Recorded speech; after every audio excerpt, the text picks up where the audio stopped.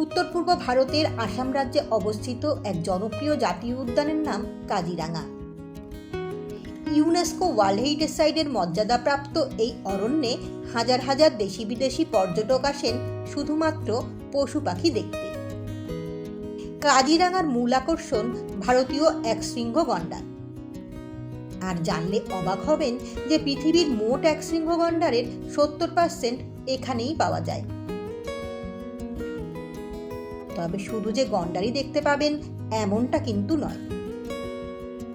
কাজিরাঙার big 5 ম্যামালসের মধ্যে রয়েছে ভারতীয় একশৃঙ্গ গন্ডার, রয়্যাল বেঙ্গল টাইগার, ভারতীয় হাতি, বন্য মহিষ আর বারোশিঙা। এছাড়াও রয়েছে হক ডিয়ার, হুলক গিবন, স্লথ বিয়ার ইত্যাদি।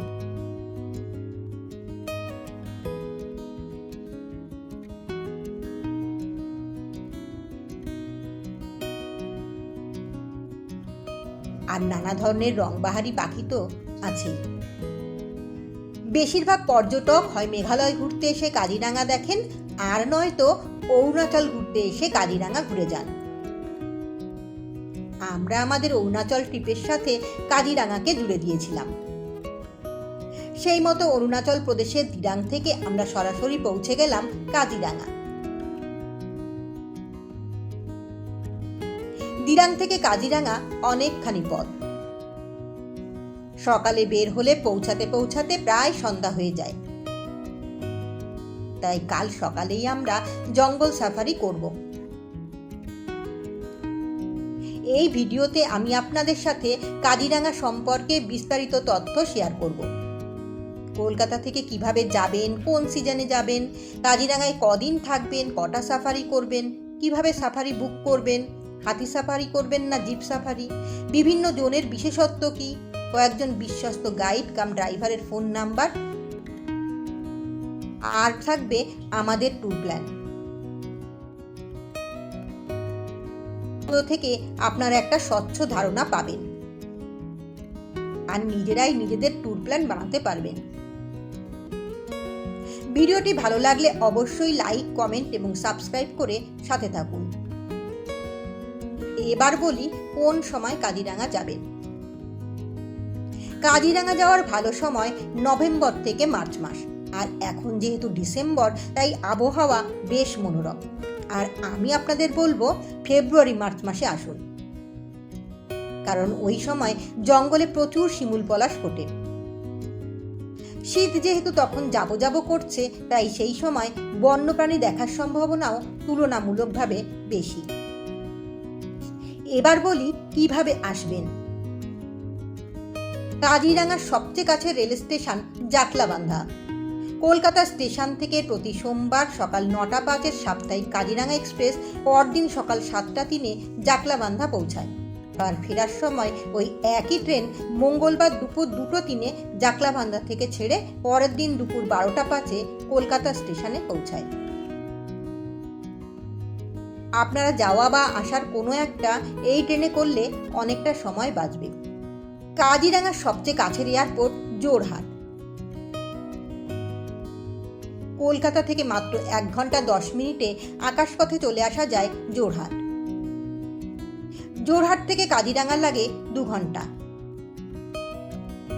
আর পুরো রাস্তাটাই খুব সুন্দর চা বাগানের মধ্যে দিয়ে। তবে বেশিরভাগ পর্যটক কাজিরাঙা আসেন গৌহাটি থেকে। কাজিরাঙা থেকে গৌহাটি কিন্তু বেশ দূরে, প্রায় 200 কিলোমিটার, ঘন্টা 4 লাগে।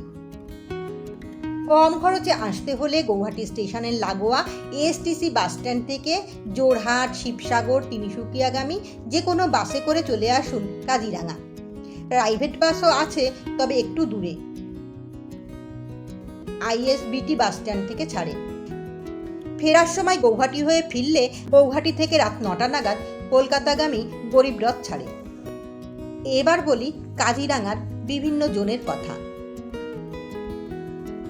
একটাই জঙ্গলকে এখানে কতগুলি জোনে ভাগ করা হয়েছে। প্রতিটা জোনের প্রবেশ পথ আলাদা আলাদা। এখানে 4টি মেইন জোন হলো সেন্ট্রাল জোন বা কোহরা, ওয়েস্টার্ন জোন বা বাগরি, ইস্টার্ন জোন বা অগ্রতলি আর বুড়া পাহাড় জোন। প্রতিটা জোনেই কম বেশি সব ধরনের পশু পাখি দেখা যায়। সেন্ট্রাল জোনের জনপ্রিয়তা এর মধ্যে সবচেয়ে বেশি। এর সামনেই বেশিরভাগ হোটেল অবস্থিত, এখানে তাই ভিড়ও বেশি। তবে একশৃঙ্গ গন্ডার দেখার জন্য এটাই সেরা। ভাগ্য ভালো হলে বাঘও দেখা যায়। ওয়েস্টার্ন জোন বা বাগরিতে বিস্তীর্ণ তৃণভূমির সাথে সাথে বেশ কয়েকটা বড় বড় জলাভূমি আছে। এছাড়াও মাঝে মাঝে ফাঁকা জায়গাও আছে, ফলে জলের স্থলে বিভিন্ন ধরনের পশু পাখিদের খুব কাছ থেকে দেখতে পাওয়া যায়।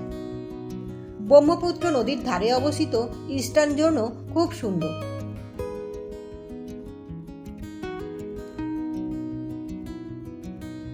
অনেক পাখি দেখা যায়। অবশ্যই এই জোনে এলে সকালের সাফারি করবেন। এছাড়াও আছে বুড়া পাহাড় এবং পানবাড়ি। বুড়া পাহাড় জোনটি একটু দূরে বলে সবাই যায় না, কিন্তু এটা বেশ সুন্দর। প্রধানত হুলক গিবনের জন্য এই জোন বিখ্যাত। জাকলাবান্দা থেকে বুড়া পাহাড় মাত্র 10 কিলোমিটার, তাই অনেকেই জাকলাবান্দা নেমে সরাসরি বুড়া পাহাড় চলে যায়। সেক্ষেত্রে আগেই সাফারির গাড়িকে স্টেশন থেকে পিক আপের জন্য বলতে হবে। এবার বলি কাজিরাঙা ঘুরতে কদিন লাগবে। ভালোভাবে কাজিরাঙা দেখতে হলে কমপক্ষে 2 দিন লাগবে। বেশিরভাগ মানুষ এখানে সকাল বিকাল দুবেলা দুটো করে 4-5টা সাফারি করে। অনেকে প্রথম দিন গৌহাটি থেকে কাজিরাঙা পৌঁছে সেদিন বিকালেই একটা জোনে সাফারি করেন। আবার পরের দিন সকাল আর বিকাল মিলিয়ে আরো 2টো জোনে সাফারি করেন। আর তারও পরের দিন সকালে পরবর্তী গন্তব্য শিলং বা অরুণাচলের উদ্দেশ্যে বেরিয়ে পড়েন। এবার বলি জিপ না হাতি আপনি কোন সাফারি করবেন। বন্যপ্রাণীদের কাছ থেকে দেখার জন্য অবশ্যই এলিফ্যান্ট সাফারি সবচেয়ে ভালো। হাতি জঙ্গলের অনেক গভীরে বা কোর এরিয়ায় ঢুকতে পারে, আর জিপ চলে কাঁচা রাস্তা ধরে। বেশিরভাগ পর্যটক একটা হাতি সাফারি এবং বাদবাকিগুলো জিপ সাফারি করে থাকেন, কারণ হাতি সাফারির বুকিং সবসময় পাওয়া যায় না আর খরচও বেশ বেশি। এখানে এলিফ্যান্ট সাফারি মাত্র 2টো জোনে হয়। সেন্ট্রাল জোন হলো সরকারি এবং শুধুমাত্র ভারতীয়দের জন্য। জনপ্রতি ভাড়া পড়ে 1500 টাকা। আর ওয়েস্টার্ন জোনের হাতি সাফারি হলো প্রাইভেট, দেশি বিদেশি সবার জন্য জনপ্রতি ভাড়া 3500 টাকা।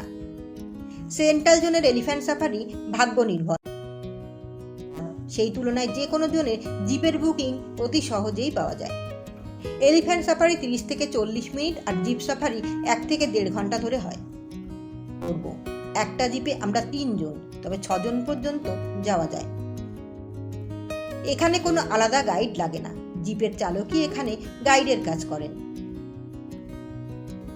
হাতি সাফারির সময় হলো সকাল 5টা থেকে 7টা। জিপ সাফারির সময় হলো সকাল 7:30 থেকে 10:30 আর বিকেলে 1:30 থেকে 5:30। এর মধ্যে বিকেলের সাফারিতে পশু পাখি দেখার সম্ভাবনা সবচেয়ে বেশি, কারণ পশুরা তখন জলাশয়ে জল খেতে আসে। এবার বলি সাফারির জিপের ভাড়া নিয়ে। এখানে বিভিন্ন জোনে জিপ সাফারির খরচ আলাদা আলাদা। সেন্ট্রাল জোনে 2200 টাকা, ওয়েস্টার্ন জোনে 2300 টাকা, অগ্রতলিতে 2700 টাকা আর বুড়া পাহাড়ে 3200 টাকা। এছাড়া এন্ট্রি ফি আছে 4 জন প্রতি 860 টাকা আর ক্যামেরা চার্জ 100 টাকা।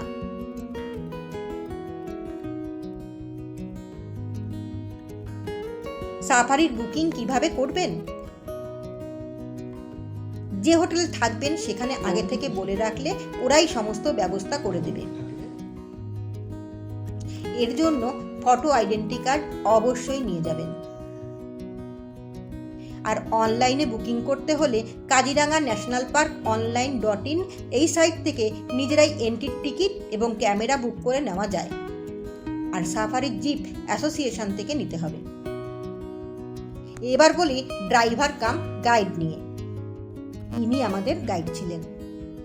ভিডিওতে কয়েকজন জিপ ড্রাইভারের নাম এবং তাদের ফোন নাম্বার শেয়ার করলাম। এর মধ্যে প্রফুল্ল দুয়ারার বেশ নাম করা। কাজিরাঙায় অরণ্যই কিন্তু সব নয়, এখানে একটা দেখার মতো অর্কিড গার্ডেন রয়েছে, যার নাম Kaziranga national orchid and biodiversity park.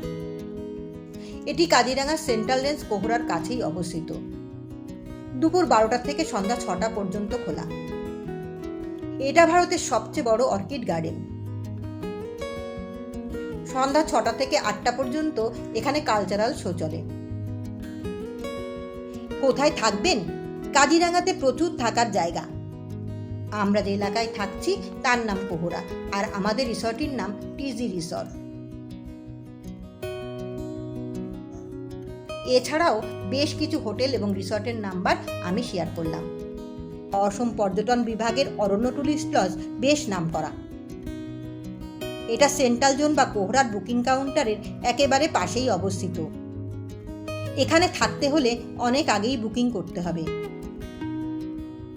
Aranya tourist লজের room rate first ফ্লোরে 1800 টাকা, সেকেন্ড ফ্লোরে 1600 টাকা, আর কটেজে 2100 টাকা, এবং এগুলোর সাথে জিএসটি যুক্ত আছে। অরণ্য টুরিস্ট লজের ক্ষেত্রে রিসেপশনে বসেন এবং বুকিং বিষয়টি দেখাশোনা করেন অনুপম বোরা। এছাড়া অরণ্য টুরিস্ট লজের নিজস্ব একটা ফোন নাম্বার আছে। আমি দুটো ফোন নাম্বারই স্ক্রিনে শেয়ার করলাম। এবার বলি হোটেল বুকিং কিভাবে করবেন।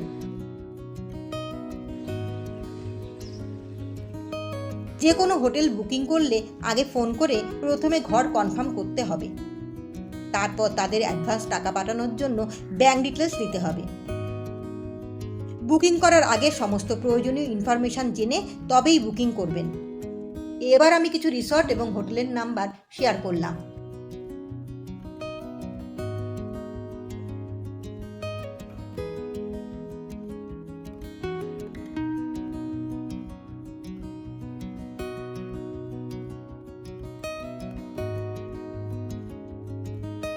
এবার বলি ট্যুর প্ল্যান নিয়ে। আমরা যেমন অরুণাচলের সাথে কাজিরাঙা ঘুরেছি, ঠিক তেমনভাবেই আপনারাও কাজিরাঙা ঘুরতে পারেন। আমি এখানে আমাদের ট্যুর প্ল্যানটাই শেয়ার করলাম।